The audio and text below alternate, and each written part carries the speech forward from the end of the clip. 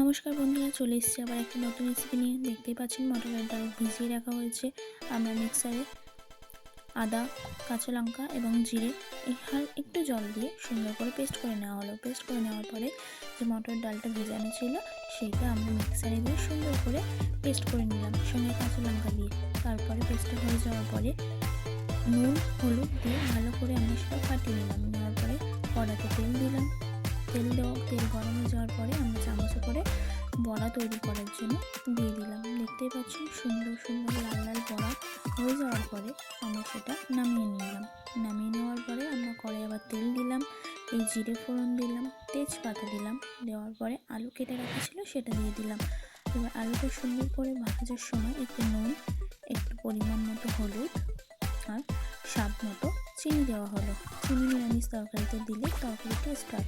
তারপরে টমেটো আর যে পেস্ট করে রাখা হয়েছিল মশলা সেটা দিয়ে দেওয়া হলো। দিয়ে দেওয়ার পর সুন্দর করে মশলাটা কষিয়ে নেওয়ার পরে তাতে জল দিয়ে দেওয়া হলো। যখন ঝোলটা সুন্দর করে ফুটিয়ে গেল তার মধ্যে বড়াগুলো একে একে দিয়ে দেওয়া হলো।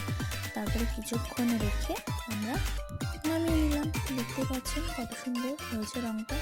হ্যাঁ, নামানোর পরে একটু ঘিও দিয়ে দিয়েছিলাম। নিরামিষ তরকারিতে ঘি দিলে